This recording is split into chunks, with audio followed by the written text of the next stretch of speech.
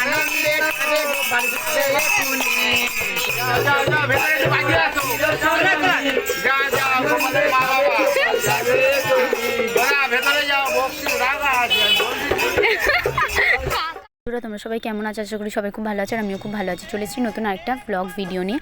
তো আমাদের ঘরে হচ্ছে গোপুসোনা আছে আর সেটা প্রায় 10-11 বছর হয়ে গেছে। আমার ভাই হবার পর আমার গোপুসোনা এসেছিলো আর কি আমার ঠাম্মাই এনে দিয়েছিল, একজন আমাদের দিয়েছিল। তো তারপর থেকে আমাদের ঘরে জন্মাষ্টমী পুজোটা বেশ ভালোভাবেই হয়। আর এই বছর ভেবেছিলাম আমরা যে জন্মাষ্টমী পুজো কোনো কিছু করব না, তো কিন্তু গোপুসোনার আশীর্বাদে দেখো আমরা কোনো কিছু না করাতেই হুট করে দুপুরবেলা থেকে শুরু হয়ে গেছে জন্মাষ্টমীর উৎসব। আর তারপর হচ্ছে যে ওর ইচ্ছাতেই হয়েছে। আমাদের একটু আর্থিক দিক থেকে প্রবলেম ছিল, তার সত্ত্বেও কোথা থেকে জানি না টাকা জোগাড় হয়ে ঠিক হয়ে গেছে। তো যাই হোক, ওর জামাটাই দেখো আমি কালীঘাট থেকে পছন্দ করে এনেছি।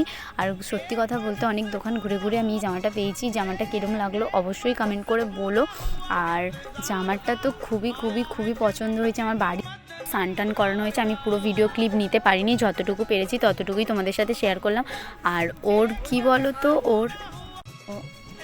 মানে ওর কিছু কাহিনী আছে যেটা তোমাদেরকে শেয়ার করলে সত্যি তোমরাও ভাবতে পারবে না বা বিশ্বাস করবে না। বাট ওর একটা গুণ আমি বলবো যে ওকে যদি আমরা কোনো দিন রাতে না শোয়াই, মানে রাতে না ঘুম পাড়াই, তাহলে ও আমাদের সেদিনকার আমাদের রাতেও ঘুম হয় না। আমরা মাঝরাতে 2-3টেয় উঠে আমরা যদি দেখি ও ঘুমায়নি, ও বসে আছে বলে আমরা কেউ ঘুমাতে পারছি না, তো আমাদের উঠে ওকে ঘুম পাড়াতে হয়।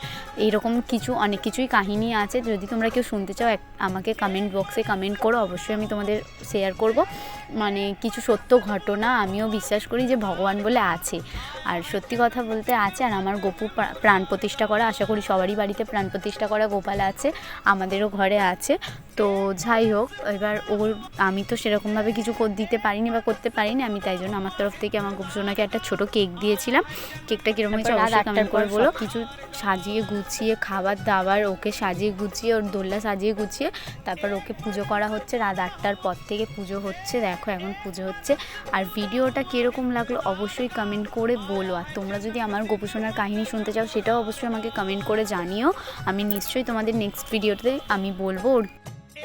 তারপরে আমাদের ঘরে পুজো টুজো হচ্ছে, আর হয়ে যাবার পর, শেষ হয়ে যাবার পর তারপর আমরা যে যার মতো, আমি তো পুরো ভিডিও ক্লিপ নিতে পারিনি কারণ আমি একটু ব্যস্ত ছিলাম ওই দিনকার জন্মাষ্টমী দিন, আমি একটু কি পুরোই ব্যস্ত ছিলাম, তো আমি কোনো ভালোভাবে ভিডিও নিতে পারিনি। যতটুকু পেরেছি ততটুকু তোমাদের সাথে শেয়ার করেছি। আর ভিডিওটা কীরকম লাগলো অবশ্যই আমাকে কমেন্ট করে বলো, আর যদি শুনতে চাও সেটাও অবশ্যই কমেন্ট করো। তো ততক্ষণের জন্য টাটা, বাই বাই।